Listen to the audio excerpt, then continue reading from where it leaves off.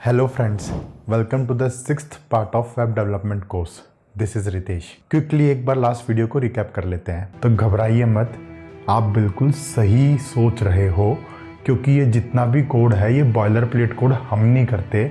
हम तो सिर्फ अपने एप्लीकेशन लॉजिक पे ही फोकस करते हैं और ये जो बीच का कोड होता है ये हमें कोई एक फ्रेमवर्क होता है जिसको हम यूज़ करते हैं अपने डेवलपमेंट के लिए।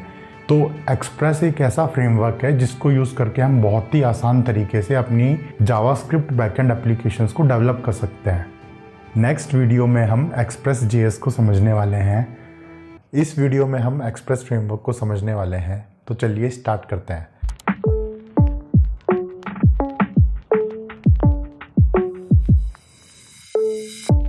लास्ट वीडियो के कंटिन्यूएशन में हमें इतना तो पता है कि जब हम अपना HTTP सर्वर सेटअप करते हैं तो हमें एक कॉलबैक फंक्शन पास करना पड़ता है और जब भी कोई इनकमिंग रिक्वेस्ट आती है तो हमारे इस कॉलबैक फंक्शन को कॉल किया जाता है। यहाँ कॉलबैक फंक्शन में हमें रिक्वेस्ट और रेस्पॉन्स ऑब्जेक्ट मिलते हैं जिसको यूज करके हम HTTP रिक्वेस्ट और रेस्पॉन्स प्रॉपर्टीज को मैनिपुलेट कर सकते हैं, सेट कर सकते हैं। जैसे कि यहाँ एग्जाम्पल के लिए मैंने रिक्वेस्ट ऑब्जेक्ट को यूज़ करके उसमें से URL निकाला है और फिर URL में से मैंने हाइट और वेट के पैरामीटर्स को निकाल के यहाँ पे BMI कैलकुलेट किया है। लेकिन हमारी एप्लीकेशन इतनी सिंपल भी नहीं हो सकती। मुझे तो यहाँ पे बंदे से लॉगिन कराना है, रजिस्टर कराना है, तो ये एक फंक्शन में मैं क्या क्या कर लूँगा। कहने का मतलब ये है कि इस HTTP सर्वर से लेके जिस एप्लीकेशन के बारे में हम सोच रहे हैं उसमें एक गैप है और ये जो गैप होता है ये होता है प्रिंसिपल्स का गैप। मतलब कि आप किन प्रिंसिपल्स को यूज़ करके अपनी एप्लीकेशन को डेवलप कर रहे हो। HTTP जो है ये तो एक स्टैंडर्ड है, मतलब आप डिजिटल दुनिया में एक लॉ की तरह इमेजिन कर सकते हो। आप पे कोई लीगल केस नहीं बनेगा अगर आपने HTTP यूज़ नहीं किया है तो, बट अगर आपकी एप्लीकेशन को वेब पे रन करना है तो HTTP प्रोटोकॉल को तो फॉलो करना पड़ेगा, वरना आपकी एप्लीकेशन वेब पे काम नहीं करेगी। ओपन सोर्स सॉफ्टवेयर हो चाहे वो एंटरप्राइज सॉफ्टवेयर हो, हर जगह पे HTTP प्रोटोकॉल को ही यूज़ किया जाता है। पर HTTP प्रोटोकॉल के आगे क्या है इसका कोई स्टैंडर्ड डिफाइन नहीं है। और जब से वेब स्टार्ट हुआ है 1990s में, तब से लेके ये बहुत टाइम तक एक ओपन एंडेड क्वेश्चन ही बना हुआ था। जब मैंने अपने करियर की स्टार्टिंग करी थी तो मैंने SOAP APIs और सर्वलेट्स पे काम किया था और इन्हीं स्किल्स की वजह से मुझे मेरी फर्स्ट जॉब भी मिली थी। फिर उसके बाद कुछ टाइम तक मैंने स्टड्स पे काम किया और फिर 1-2 साल के बाद मैं REST APIs पे शिफ्ट हो गया और उसके बाद तो मैंने हमेशा REST APIs पे ही काम किया है। अब मैंने अडोबी में भी काम किया, उबर में भी काम किया और टाइम्स इंटरनेट और भी बहुत सारी कंपनीज में काम किया है। हर जगह पे REST APIs ही यूज़ होती हैं। अब जो मेरे कलीग्स हैं जो बाकी कंपनीज में भी काम करते हैं जैसे कि पेटीएम, माइक्रोसॉफ्ट, गूगल या फेसबुक, आप जिनसे भी बात करोगे सब यही बोलेंगे कि हर जगह पे REST APIs को ही फॉलो किया जाता है। एंड इसका रीज़न भी है, बहुत स्ट्रॉन्ग रीज़न है। REST APIs एक यूनिफॉर्म इंटरफेस प्रोवाइड करती है जिसको यूज़ करके दुनिया में कोई भी क्लाइंट, अब चाहे वो कोई मोबाइल ऐप हो, वेबसाइट हो या फिर कोई टीवी की ऐप ही क्यों ना हो, आपके बैकएंड सर्वर से कम्युनिकेट कर सकता है। जब हम किसी से कम्युनिकेट करते हैं तो हमें एक लैंग्वेज की नीड होती है। जैसे कि मैं यहाँ पे हिंदी को यूज़ करके आपसे कम्युनिकेट कर रहा हूँ, तो उसी तरीके से अगर किसी क्लाइंट को आपके बैकएंड सर्वर से कम्युनिकेट करना है तो उसको भी एक लैंग्वेज को फॉलो करना पड़ेगा। आपका जो बैकएंड सर्वर होता है वो एक तरीके से आपके एप्लीकेशन का दिमाग है। आप सारा का सारा लॉजिक वहीं पे लिखते हो, तो आप भी यही चाहोगे कि जो भी ये क्लाइंट हो वो एक कॉमन लैंग्वेज के थ्रू आपके बैकएंड सर्वर से कम्युनिकेट करे। अगर बहुत सारे क्लाइंट अलग अलग लैंग्वेजेस यूज़ करके आपके सर्वर से कम्युनिकेट करेंगे तो दिक्कत वाली बात है, क्योंकि फिर आपको इतनी सारी हैंडलिंग करनी पड़ेगी and which is not a good thing to do. हाँ, REST API से भी कोई अगर आगे की चीज़ है तो अलग बात है, जैसे कि GraphQL REST APIs के ऊपर एक एब्स्ट्रैक्शन है। और अगर आप गूगल की स्केल पे बात करते हो तो आपको REST APIs में भी इनोवेशन करना पड़ता है, जैसे गूगल ने gRPC प्रोटोकॉल लॉन्च करके किया है। तो फिलहाल ये दोनों चीज़ें, ये दोनों कंसेप्ट्स इस वीडियो के स्कोप के बाहर की बात है। हम यहाँ पे जो भी एप्लीकेशन डेवलप करेंगे वो REST प्रिंसिपल्स को ही फॉलो करके करेंगे। अगर आपको REST प्रिंसिपल्स के बारे में समझना है तो इस टॉपिक पे मैंने अलग से डेडिकेटेड वीडियो बना रखा है, लिंक यहाँ कहीं और नीचे डिस्क्रिप्शन बॉक्स में है। मुश्किल से 10-15 मिनट का भी वीडियो नहीं है, बट आपको इस एक वीडियो के अंदर REST प्रिंसिपल्स एकदम क्लियर हो जाएंगे। टोटल 6 प्रिंसिपल्स हैं और ये उन सब की एक तरीके से समरी है, मतलब ये हाईलाइट हो गया। तो एक तरीके से REST जो है ये गाइडलाइंस हैं, प्रिंसिपल्स हैं, ये कोई स्टैंडर्ड नहीं है। और अगर आपको REST गाइडलाइंस के, प्रिंसिपल्स के पीछे की हिस्ट्री को समझना है तो डिटेल्स नीचे डिस्क्रिप्शन बॉक्स में ऐड कर दी है। तो बस इतने से बैकग्राउंड के साथ एक्सप्रेस फ्रेमवर्क को समझते हैं। एक्सप्रेस फ्रेमवर्क एक राउटिंग एंड मिडलवेयर लाइब्रेरी है जो कि बहुत ही मिनिमलिस्टिक और अनओपिनियटेड लाइब्रेरी है जो कि डेवलपर्स को बहुत ही ज़्यादा फ्रीडम देती है एप्लीकेशन डेवलप करने के लिए। हम यहाँ पे एक्सप्रेस वर्जन 4 यूज़ करने वाले हैं जो कि लेटेस्ट स्टेबल रिलीज है। एक्सप्रेस वर्जन 5 अभी भी बीटा स्टेज में है, इसलिए हम वर्जन 4 को ही यूज़ करेंगे और जो भी कंसेप्ट के बारे में हम बात करेंगे वो वर्जन 4 के करस्पॉन्डिंग ही होंगे। आज हम इस वीडियो में एक्सप्रेस फ्रेमवर्क के इतने कंसेप्ट्स को समझने वाले हैं। इसके अलावा 4-5 टॉपिक्स और हैं जो एक्सप्रेस फ्रेमवर्क में थोड़े एडवांस टॉपिक्स हैं। बिगिनर्स के लिए ये टॉपिक सही हैं और एडवांस टॉपिक्स को मैं अगले वीडियो में कवर करने वाला हूँ। तो मतलब आज का ये वीडियो और अगला वीडियो, इन दोनों वीडियोस को अगर आप देखोगे तो आप एक्सप्रेस फ्रेमवर्क के मास्टर बनने वाले हो। एक्सप्रेस फ्रेमवर्क में सबसे पहला टॉपिक है basic routing and route handlers. जब हमने अपना HTTP सर्वर बनाया था तो हमने वहाँ पे एक कॉलबैक फंक्शन पास किया था। हमारे HTTP सर्वर पे जो भी रिक्वेस्ट आएगी इस कॉलबैक फंक्शन को कॉल किया जाएगा। बट मुझे यहाँ पे ये नहीं चाहिए। मैं तो ये चाहता हूँ कि मैं लॉगिन वाली रिक्वेस्ट को अलग तरीके से हैंडल करूँ, रजिस्टर वाली रिक्वेस्ट को अलग तरीके से हैंडल करूँ। तो इसीलिए मैं क्या कर सकता हूँ, लॉगिन के लिए अलग राउट हैंडलर्स डिफाइन कर सकता हूँ, रजिस्टर के लिए अलग राउट हैंडलर्स डिफाइन कर सकता हूँ।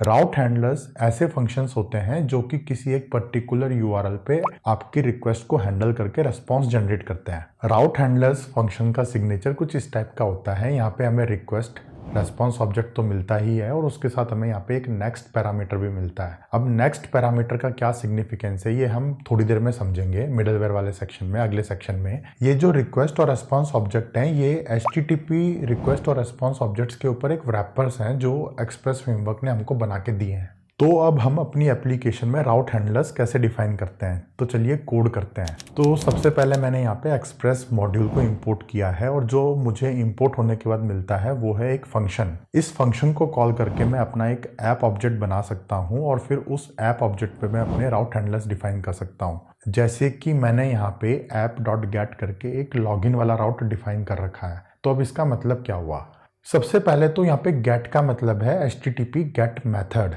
और /login का मतलब है कि जो भी रिक्वेस्ट /login वाले URL पे आएगी तो मेरे इस वाले फंक्शन को कॉल करना, वरना मत करना।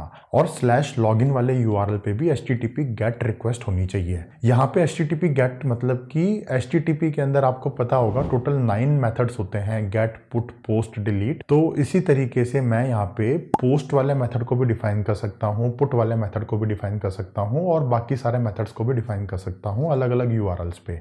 सेम URL पे मल्टीपल HTTP मेथड्स को हैंडल करने के लिए मैं अपने मल्टीपल राउट हैंडलर्स डिफाइन कर सकता हूँ, नंबर 1। नंबर 2 ये कि अगर आपको एक ऐसा हैंडलर डिफाइन करना है जो कि सारे HTTP मेथड्स को हैंडल करे तो आप यहाँ पे ऑल यूज़ करके सभी को एक साथ एक ही फंक्शन में हैंडल कर सकते हो, जैसे कि मैंने यहाँ पे कर रखा है। तो इस वाली लाइन का मतलब ये है कि अगर /abc वाले URL पे कोई भी रिक्वेस्ट आएगी तो मेरे इस वाले फंक्शन को कॉल कर देना। अब वो रिक्वेस्ट गेट भी हो सकती है, पुट भी हो सकती है, डिलीट भी हो सकती है, मुझे इससे फर्क नहीं पड़ता। जैसे ही कोई भी रिक्वेस्ट आएगी इस वाले URL पे मेरे इस वाले फंक्शन को कॉल कर देना।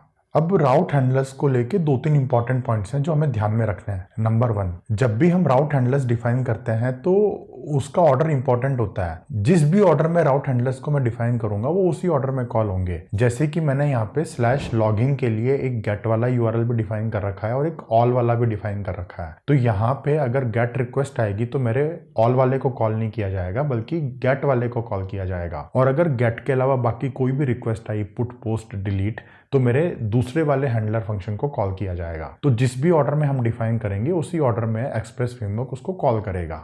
सेकंड पॉइंट ये है कि मैं किसी भी राउट के लिए मल्टीपल हैंडलर्स डिफाइन कर सकता हूं, जैसे कि मैंने यहाँ पे किया हुआ है। तो यहाँ पे /login के लिए मैंने यहाँ पे 2 फंक्शंस डिफाइन करे हैं। पहले पहला फंक्शन कॉल होगा और उसके बाद सेकंड फंक्शन कॉल होगा। तो अब इसका यूज केस क्या है, जैसे इमेजिन करो कि आपका जो URL है वो एक सिक्योर्ड URL है और आप ये चाहते हो कि जब तक यूजर के पास परमिशन ना हो वो आपके URL को कॉल ना कर सके। तो उस केस में आपका जो पहला वाला फंक्शन है वो ये मेक श्योर करेगा कि जो भी यूजर उसको कॉल कर रहा है उसके पास रिक्वायर्ड परमिशन है। अगर उस बंदे के पास रिक्वायर्ड परमिशन नहीं होगी तो वो वहीं से एरर थ्रो कर देगा और आपका जो मेन राउट हैंडलर फंक्शन है वो कॉल ही नहीं होगा।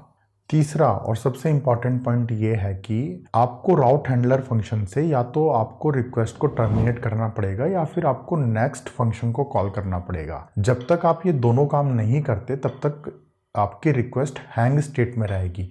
हैंग स्टेट का मतलब ये हुआ कि आपका जो क्लाइंट है वो वेट कर रहा है और उसको रेस्पॉन्स सेंड नहीं हुआ है। तो रिक्वेस्ट को एंड करने के लिए हम रेस्पॉन्स ऑब्जेक्ट के किसी भी मेथड को यूज कर सकते हैं। ये उन सब की लिस्ट है, हमें इसको यहाँ पे रटना नहीं है, हमें इसको अपने यूज केसेस के हिसाब से हम इसको प्रैक्टिकली कोड करेंगे। जैसे कि अगर मुझे क्लाइंट को जेसन डाटा सेंड करना है तो मैं यहाँ पे response.json यूज करूंगा। अगर मुझे क्लाइंट को कोई फाइल डाउनलोड करानी है तो मैं यहाँ पे response.download फाइल वाला मेथड यूज करूंगा। तो या तो आप रिक्वेस्ट को टर्मिनेट करोगे इन सारे फंक्शंस को कॉल करके, या फिर आप नेक्स्ट फंक्शन को कॉल करोगे ताकि जो आपकी चेन है वो आगे बढ़ती रहे। जैसे कि अभी थोड़ी देर पहले हमने किसी राउट पे 2 फंक्शंस डिफाइन करे थे, तो अगर मुझे पहले वाले फंक्शन से अगले फंक्शन में कंट्रोल पास करना है तो मैं नेक्स्ट को कॉल करके अगले वाले फंक्शन को कंट्रोल पास कर सकता।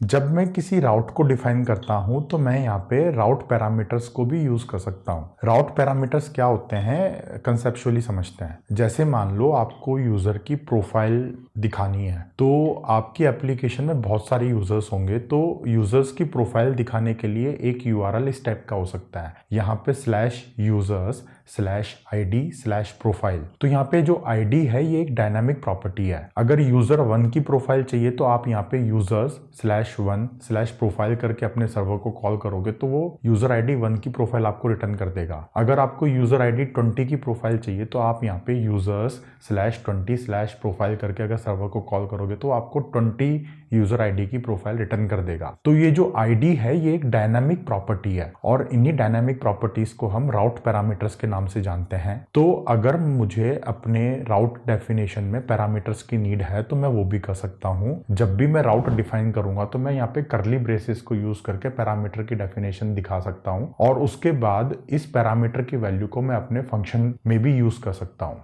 नेक्स्ट पॉइंट, जब भी हम राउट हैंडलर्स डिफाइन करते हैं तो मैं वहाँ पे रेगुलर एक्सप्रेशन को भी यूज करके अपने URLs को डिफाइन कर सकता हूँ। अगर मैं ये चाहता हूँ कि /abc से स्टार्ट होने वाली कोई भी रिक्वेस्ट मेरे इस फंक्शन में आए तो मैं यहाँ पे /abc स्टार लगा के मैंने एक रेगुलर एक्सप्रेशन डिफाइन कर दिया। फिर इसके बाद अगर इनमें से कोई भी रिक्वेस्ट आएगी तो मेरे इस वाले फंक्शन को कॉल किया जाएगा। तो ये हो गया रेगुलर एक्सप्रेशंस। रेगुलर एक्सप्रेशंस को हम उतना यूज नहीं करते, मैंने तो आज तक अपनी लाइफ में कभी नहीं किया है, बट ये आपको समझने के लिए है कि आप रेगुलर एक्सप्रेशंस का भी यूज कर सकते हो। जो हमको सबसे ज्यादा यूज आता है प्रैक्टिकली वो आते हैं राउट पैरामीटर्स, और उसका ऑब्वियसली रीजन भी है क्योंकि इस टाइप के बहुत यूज केसेस बनते हैं कि मेरे को इस यूजर की ID निकाल के दो, मेरे को इस ऑर्डर की डिटेल निकाल के दो, मेरे को ये वाले कंटेनर की डिटेल निकाल के दो and so on. Next topic है मिडलवेयर्स। मिडलवेयर्स ऐसे फंक्शन होते हैं जो कि आपके राउट हैंडलर से पहले कॉल होते हैं। मिडलवेयर्स और राउट हैंडलर्स में बहुत ही सटल सा डिफरेंस होता है और ये एक कंसेप्चुअल डिफरेंस है। इनके इम्प्लीमेंटेशन में और अंदर ये कैसे काम करते हैं वो बिल्कुल सेम है, बट ये थोड़ा कंसेप्चुअली डिफरेंस है। और वो डिफरेंस ये है कि राउट हैंडलर्स को हम एक तरीके से टर्मिनेशन पॉइंट मानते हैं, मतलब कि अगर आपकी रिक्वेस्ट राउट हैंडलर्स तक पहुंच गई है तो वहां पे वो रिक्वेस्ट को प्रोसेस किया जाएगा और रिस्पॉन्स जनरेट किया जाएगा। और मिडलवेयर्स ऐसे फंक्शन होते हैं जो कि रिक्वेस्ट के बीच में एग्जीक्यूट होते हैं, मतलब कि अगर आपकी रिक्वेस्ट आपके सर्वर पे आई है और सर्वर पे आने के बाद आपके राउट हैंडलर कॉल होने से पहले उस रिक्वेस्ट के साथ क्या होना चाहिए वो काम होता है मिडलवेयर्स का। और किसी भी मिडलवेयर फंक्शन में आप या तो रिक्वेस्ट को हैंडल करके उसको वहीं से टर्मिनेट कर सकते हो, रेस्पॉन्स जनरेट कर सकते हो, या फिर आप नेक्स्ट फंक्शन को कॉल करके अगले मिडलवेयर फंक्शन को कंट्रोल फ्लो पास कर सकते हो। अगर मैंने अपने एप्लीकेशन में 4 मिडलवेयर फंक्शन लगाए हैं तो पहले सबसे पहला कॉल होगा, वो नेक्स्ट कॉल करेगा तो दूसरा होगा, वो नेक्स्ट करेगा तो तीसरा एंड फिर चौथा, और जब चौथा कॉल हो जाएगा उसके बाद लास्ट में आपका राउट हैंडलर फंक्शन कॉल होगा। तो ये एक तरीके से पूरी चेन बन जाती है और ये चेन में आप एक दूसरे को कंट्रोल फ्लो पास कर सकते हो नेक्स्ट कॉल करके, और नेक्स्ट पैरामीटर का सिग्निफिकेंस यही है। और अगेन जब तक आप नेक्स्ट को कॉल नहीं करोगे आपकी रिक्वेस्ट हैंग रहेगी, तो या तो आप नेक्स्ट को कॉल कर लो अपने मिडलवेयर फंक्शन से या फिर आप वहां से रिस्पॉन्स जनरेट करके रिक्वेस्ट को टर्मिनेट कर दो। और मिडलवेयर फंक्शन का भी सिग्नेचर एकदम सेम है जैसे आपके राउट हैंडलर फंक्शंस का होता है। यहाँ पे आपको रिक्वेस्ट, रेस्पॉन्स और नेक्स्ट पैरामीटर मिलता है। अब मिडलवेयर फंक्शंस को यूज कैसे करना है तो चलिए कोड में चलते हैं। यहाँ पे मैंने अपना एक ऐप ऑब्जेक्ट बना रखा है और फिर उस ऐप ऑब्जेक्ट के ऊपर मैंने यहाँ पे 3-4 यूआरएल्स को, राउट हैंडलर्स को डिफाइन किया है। अब मैं क्या करता हूँ, यहाँ पे एक मिडलवेयर फंक्शन बनाता हूँ और उस मिडलवेयर फंक्शन को अपने ऐप ऑब्जेक्ट पे कन्फिगर करता हूँ। कन्फिगर करने का तो तरीका एकदम सिंपल सा है। आप यहाँ पे ऐप डॉट यूज करके अपने मिडलवेयर को यहाँ पे अटैच कर दो और उसके बाद आपका ये जो मिडलवेयर है ये सारे राउट हैंडलर फंक्शन से पहले कॉल होगा। और अगेन यहाँ पे ऑर्डर इंपॉर्टेंट है, जिस ऑर्डर में आप डिफाइन करते हो फंक्शंस को वो उसी ऑर्डर में कॉल होते हैं। अगर मैंने यहाँ पे 2 मिडलवेयर फंक्शन कॉल करे हैं इस तरीके से, तो यहाँ पे पहले 1 कॉल होगा और उसके बाद 2 कॉल होगा। एक्सप्रेस फ्रेमवर्क के अंदर कुछ बिल्ट इन मिडलवेयर्स भी होते हैं जिनको हम यूज कर सकते हैं। ऐसे ही 3 मिडलवेयर्स को हम समझते हैं। सबसे पहले है express dot static. Express dot static middleware को यूज करके आप स्टैटिक कंटेंट सर्व कर सकते हो।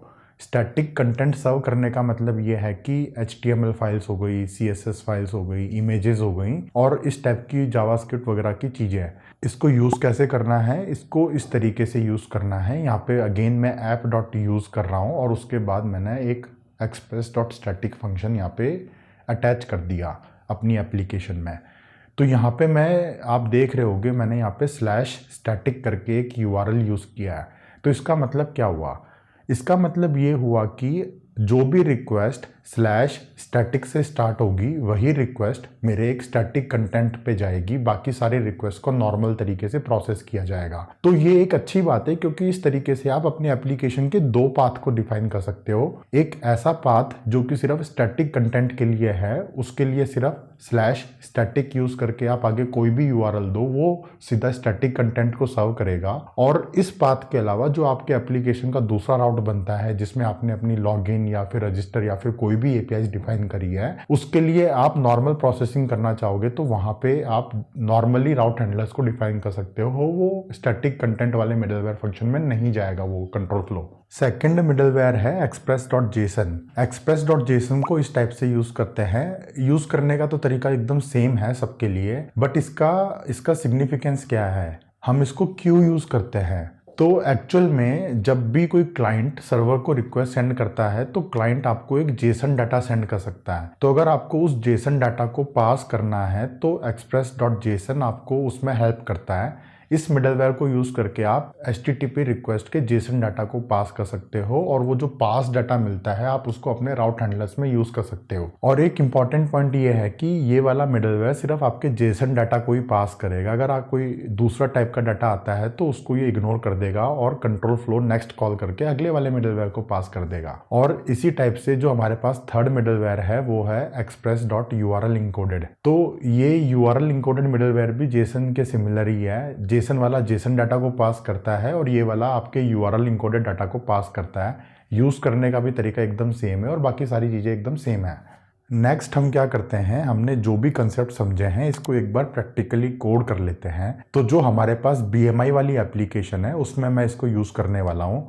अभी मैं यहाँ पे रॉ तरीके से सर्वर खुद ही क्रिएट कर रहा हूँ और उसके बाद सारी हैंडलिंग खुद ही कर रहा हूँ। तो ये सारा कोड डिलीट करके ये सारा का सारा कोड हम एक्सप्रेस फ्रेमवर्क को यूज करके लिखते हैं। एक बार कंसेप्चुअली चीजें समझ में आने के बाद तो कोड लिखना आसान होता है। तो मैंने यहाँ पे सबसे पहले एक्सप्रेस मॉड्यूल को इम्पोर्ट करा है। इम्पोर्ट करने के बाद मैंने ऐप ऑब्जेक्ट बनाया और ऐप ऑब्जेक्ट बनाने के बाद मैं यहाँ पे एक .get करके /BMI का राउट हैंडलर डिफाइन कर रहा हूँ। तो कहने का मतलब यह है कि जब भी /BMI वाले URL पे रिक्वेस्ट आएगी मेरे इस राउट हैंडलर फंक्शन को कॉल कर देना। राउट हैंडलर फंक्शन के अंदर अगेन मैं हाइट और वेट पैरामीटर्स को निकाल के BMI वाले मॉड्यूल को कॉल करके रेस्पॉन्स जनरेट करके क्लाइंट को रेस्पॉन्स सेंड कर रहा हूं। तो ये इतना सा काम यहाँ पे सिर्फ 3-4 लाइनों में हो रहा है। कोड को सेव कर लेते हैं और एप्लीकेशन को फिर से स्टार्ट करते हैं। तो अब हम एप्लीकेशन को टेस्ट करेंगे। तो यहाँ पे मैं एक आपको इंपॉर्टेंट पॉइंट बताना चाहूँगा। अभी तक हम ब्राउजर्स को यूज़ करके एप्लीकेशन को टेस्ट कर रहे थे, बट ज़रूरी नहीं है कि हम हमेशा ब्राउज़र को ही यूज़ करें। ब्राउज़र जो होता है ये तो एक क्लाइंट है जो कि हमारे बैकएंड सर्वर पे एक HTTP रिक्वेस्ट सेंड कर रहा है। तो अगर मुझे HTTP रिक्वेस्ट ही सेंड करनी है तो मैं ब्राउज़र के अलावा बाकी किसी भी क्लाइंट को यूज़ कर सकता हूँ। और ऐसा ही एक क्लाइंट है पोस्टमैन। तो यहाँ पे मैं पोस्टमैन को यूज़ करके अपनी एप्लीकेशन टेस्ट करूँगा। पोस्टमैन को ओपन करो। अगर आपने डाउनलोड नहीं किया है तो लिंक नीचे डिस्क्रिप्शन बॉक्स में है, फ्री में अवेलेबल है ये टूल, आप जाके डाउनलोड कर सकते हो। पोस्टमैन को ओपन करने के बाद आप यहाँ पे सेम तरीके से URL डाल के हाइट वेट के पैरामीटर्स डाल के सर्वर को कॉल करो और आपको यहाँ पे रेस्पॉन्स में आपका BMI दिखेगा। पोस्टमैन में हम बहुत सारी चीज़ों को देख सकते हैं, जैसे कि यहाँ पे स्टेटस कोड है, रिक्वेस्ट एड्रेस है, रेस्पॉन्स एड्रेस है। ये सारी की सारी चीज़ें हमें ब्राउज़र में नहीं दिखती हैं। तो अगर आप डेवलपमेंट को लेके सीरियस हो तो Postman is a better tool than browser for sending HTTP request. आज के लिए इतना ही फ्रेंड्स। इन सब टॉपिक के अलावा 2-4 टॉपिक और हैं जो कि थोड़े एडवांस्ड है, जिसको मैं अगले वीडियो में कवर करने वाला हूँ। आज के और अगले वीडियो को कंबाइन करके आपका एक्सप्रेस फ्रेमवर्क पूरा कंप्लीट हो जाएगा और आप एक्सप्रेस फ्रेमवर्क के मास्टर बन जाओगे। अगर आज के टॉपिक्स को लेके कोई भी डाउट है तो नीचे कमेंट सेक्शन में पोस्ट कर दो। वीडियो अच्छा लगा हो तो लाइक बटन को क्लिक कर दो, और अगर आप चाहते हो कि सारे के सारे वीडियोस आपको इनबॉक्स में मिल जाएं तो चैनल को सब्सक्राइब कर लो। मिलते हैं अगली वीडियो में गाइज, टेक केयर।